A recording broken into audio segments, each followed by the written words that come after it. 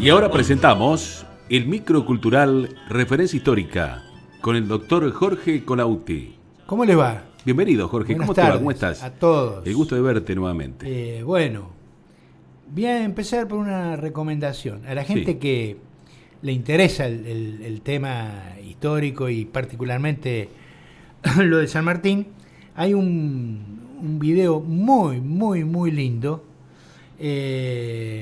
del canal Encuentro. Se llama La Estrategia de los Andes, dos pueblos unidos por la liberación. La Estrategia de los Andes, dos pueblos unidos por la liberación, canal Encuentro.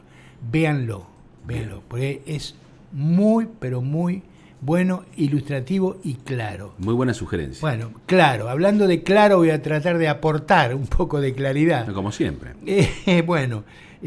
Son tantos los datos cuando uno estudia algún tema histórico que a veces puede perderse. El otro día sorprendí a un historiador muy famoso cometer un error, pero eso es muy común, porque a veces la memoria nos falla.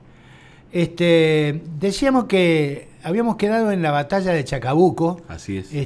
Cuando el ejército cruza la cordillera, a los pocos días se encuentra con los realistas en la cuesta de Chacabuco, hay una victoria de los patriotas y se abre el proceso de la liberación de Chile, que era el escalón anterior a la expedición destinada a llegar a Lima para ahogar el foco realista principal en América.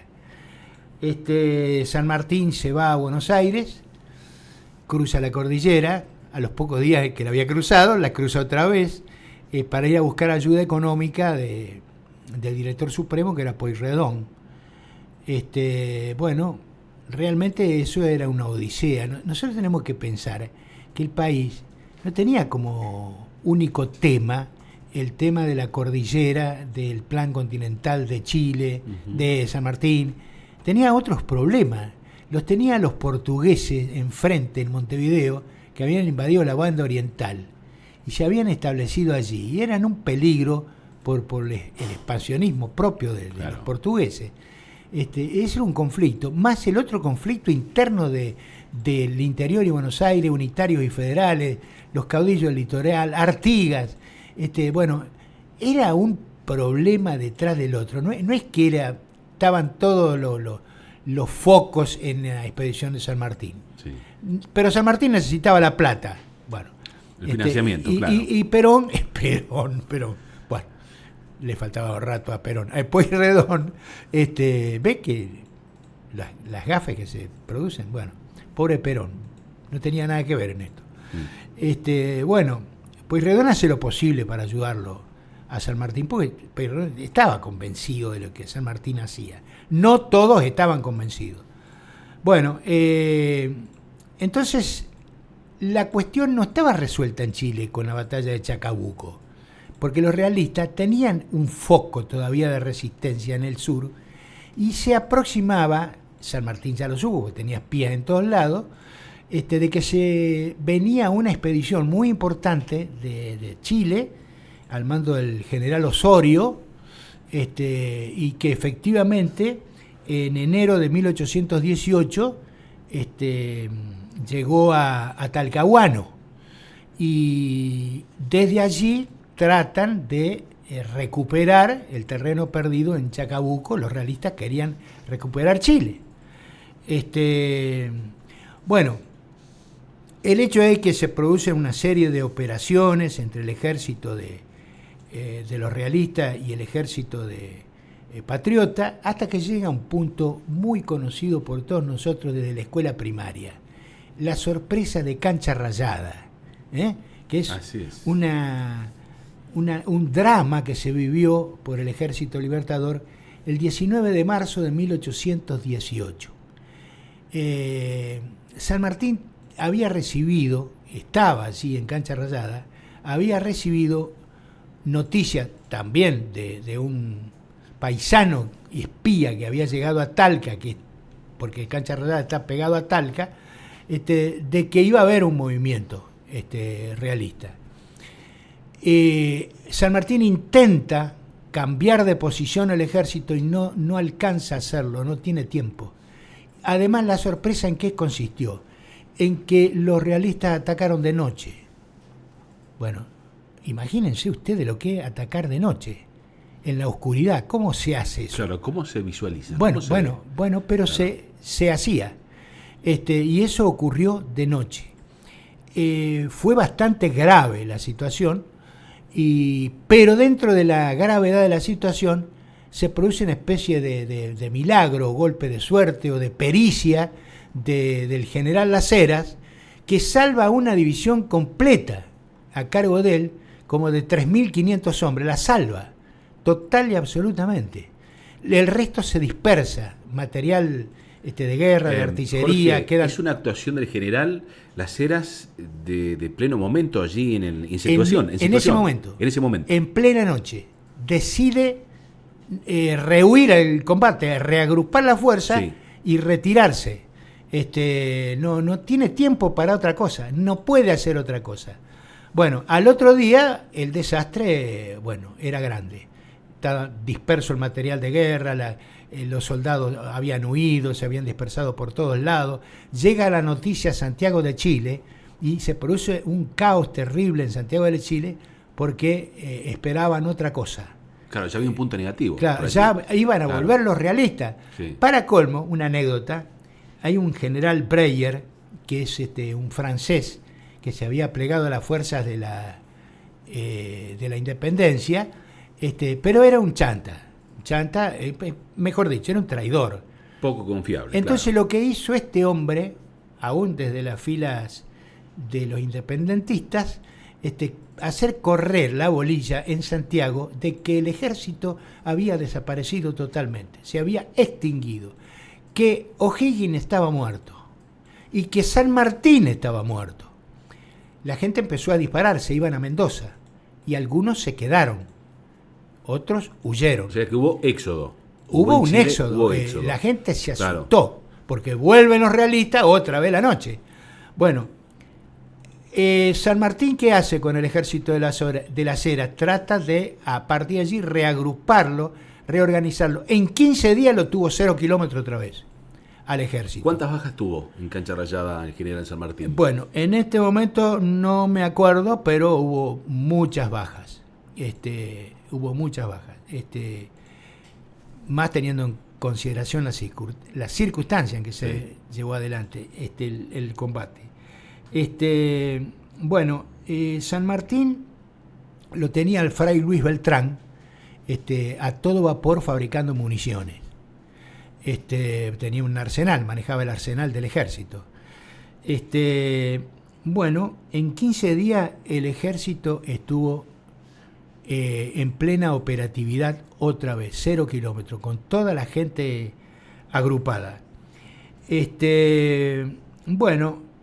Tenían allí el ejército libertador, lo tengo anotado por acá porque me olvido, unos 4.900 hombres y 21 piezas de artillería contra Osorio, el ejército de Osorio español, de 5.300. Hubo una serie de movimientos allí y en un lugar que es una especie de valle, pero con algunas elevaciones que eran más que cerros, lomas, menos que cerros, lomas. Sí.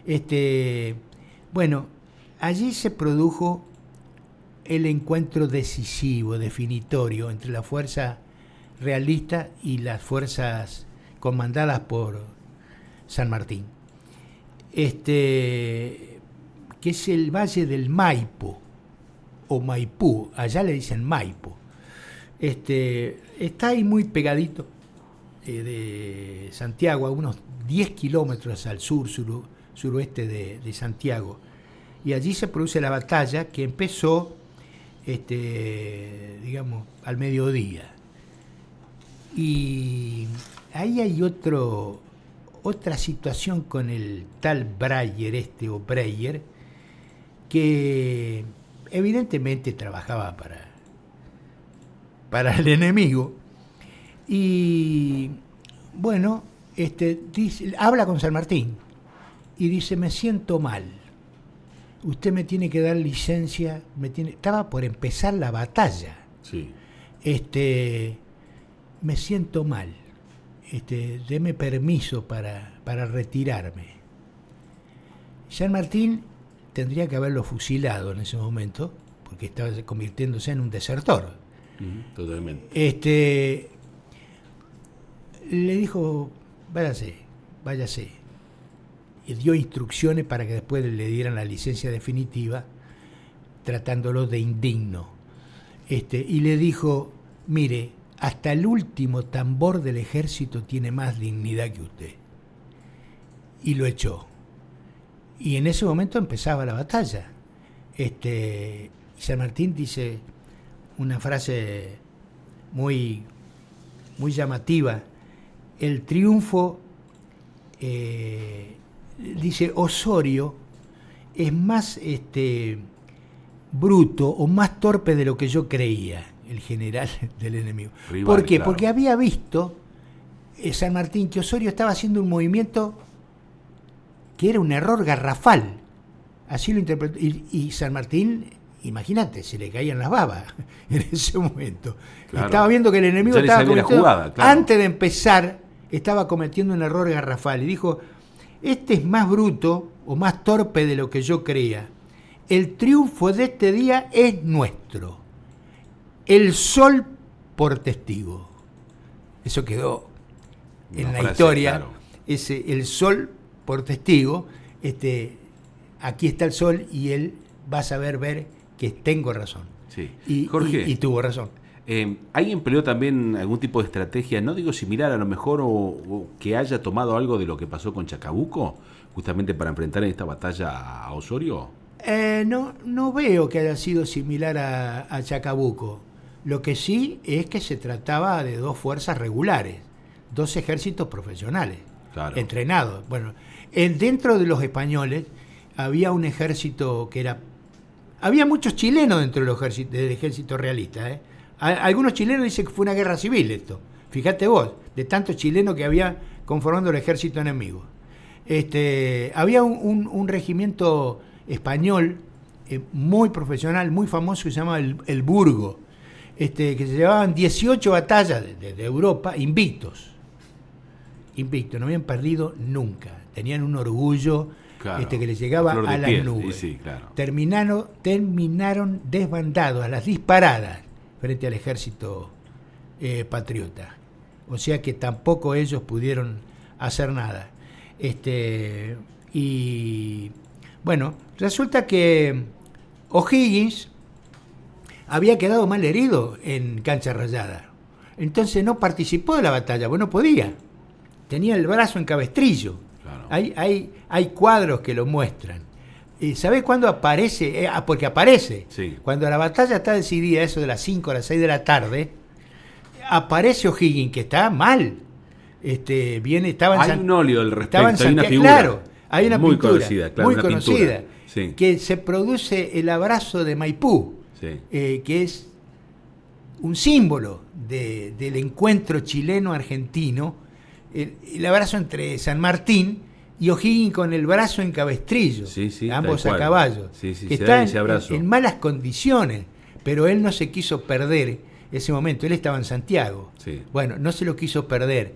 Eso es un símbolo del triunfo del ejército unido. Jorge, me estaba acordando lo que habías expresado la semana pasada, esa forma también de resistencia que tenía O'Higgins en el propio Chile, porque está un poco dividido en el pensamiento, ¿no? La gente chilena apoyando la causa donde estaba O'Higgins y por otro lado la que no.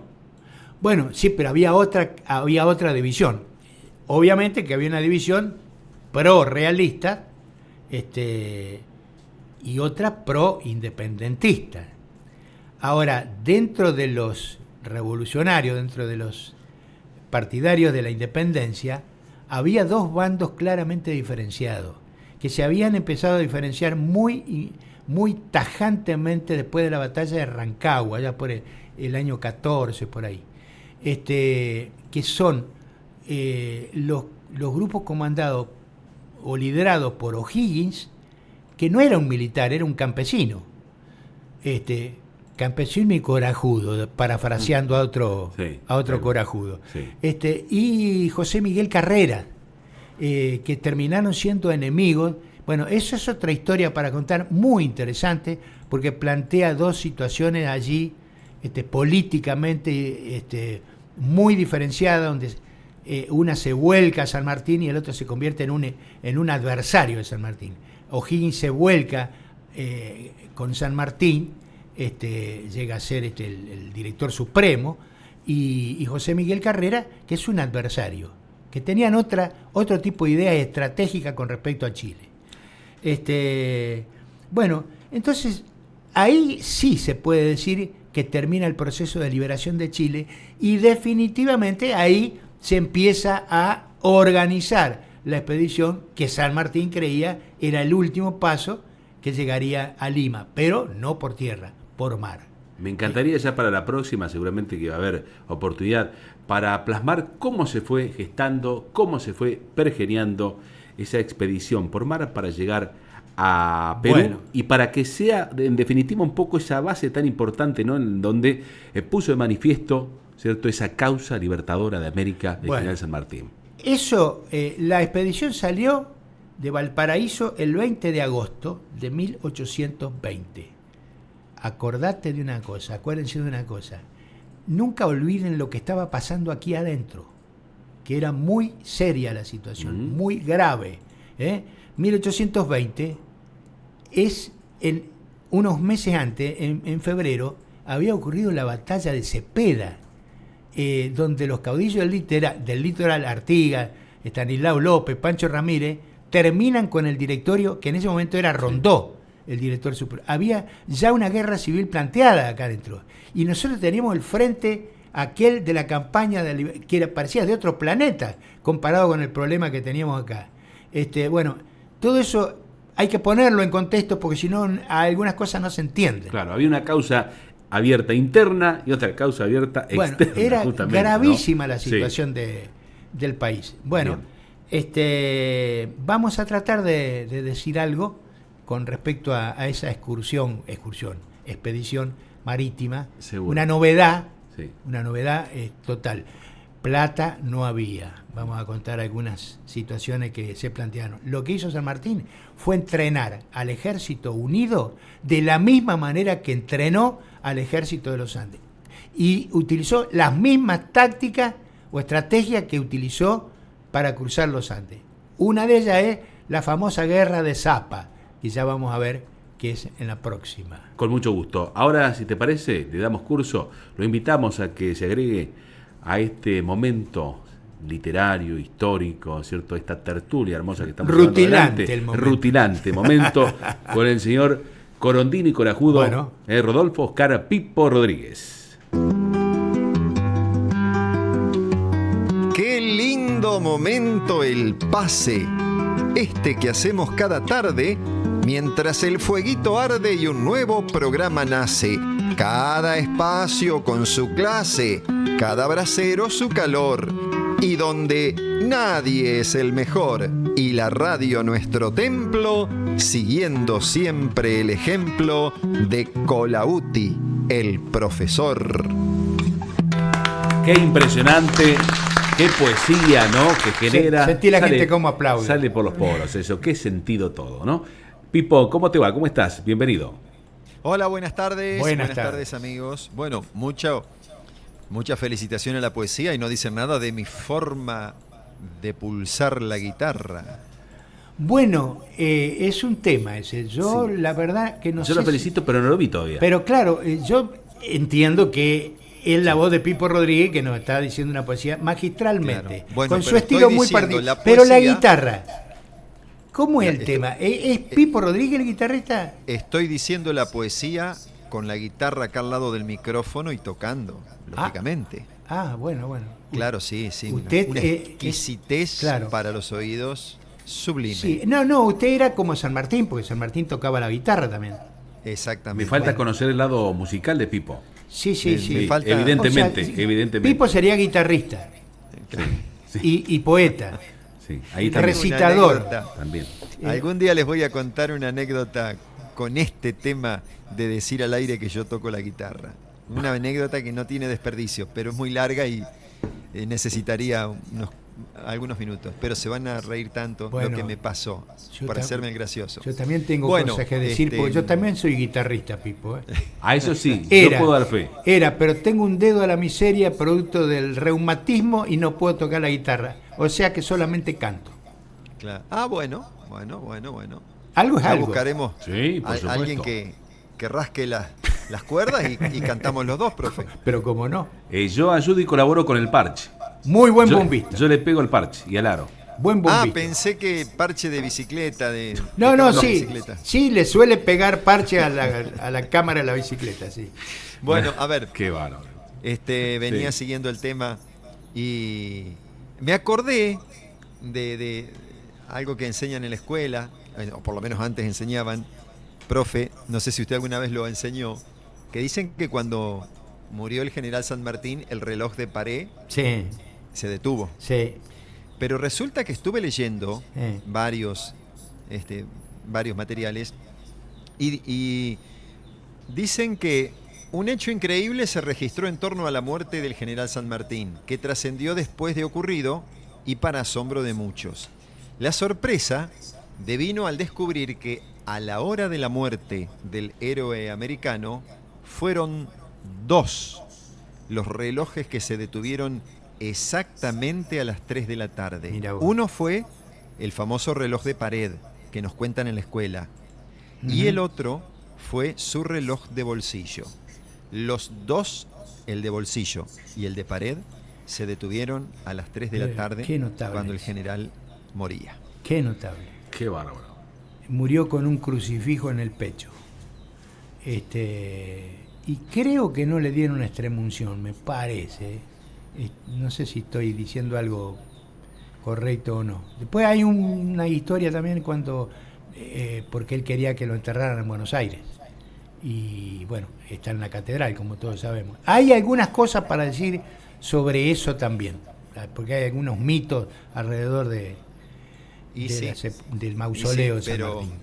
Esto del reloj lo enseñaban en la escuela, las maestras siempre contaban esto y me puse a investigar y bueno, y parece por lo que dicen varios historiadores que su reloj de bolsillo y el reloj de pared se detuvieron a las 3 de la tarde. Pero de San Martín, la verdad, es tan grande el personaje que ya uno tiene que creer cualquier cosa porque nunca uno agota la capacidad de asombro cuando estudia, lee, investiga lo que hizo San Martín y lo que era él.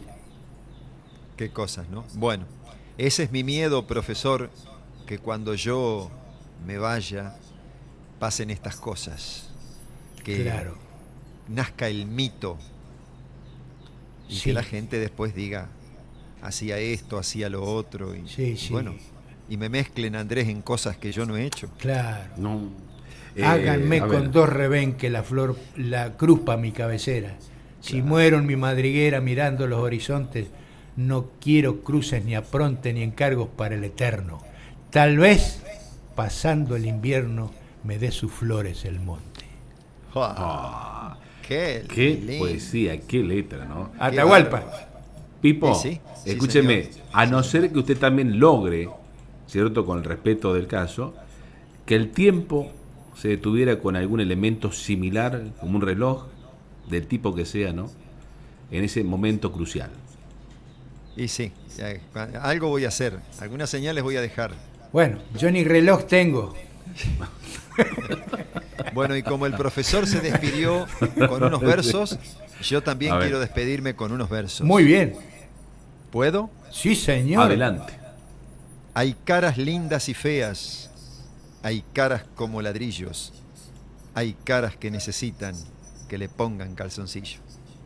Gracias. Mirá vos, ya entendimos, ¿eh? Contundente. Sí, no, se entendió. Sí, obviamente. Sí, una metáfora bastante clara. Sí, yo creo que sí. Frente bandeja, pues así. No, pero bien, de categoría. Fino, ¿eh? Sí, de buena. Sí. De salón, exactamente. Chau, de boutique, dijo. Claro. Abrazo, Pipo. Abrazo grande. Gracias, Pipo. Chau. Estimado Jorge, como siempre, gusto de tenerte cada jueves con esa parte de la historia grande aquí en este programa. Listo, nos vemos. Por supuesto, y con algo más que interesante el próximo jueves. Siguiendo Sí, un poco la ruta de yo general. les prometo que la próxima vamos a traer el bombo con Andrés, porque quiero que la gente sepa que Andrés sabe tocar el bombo magistralmente. Bueno, no diga para tanto así, no. Uno le pone lo que ha aprendido a través del oído. Bueno, chao. Que no es poco. Gracias, estimado Jorge. Chao.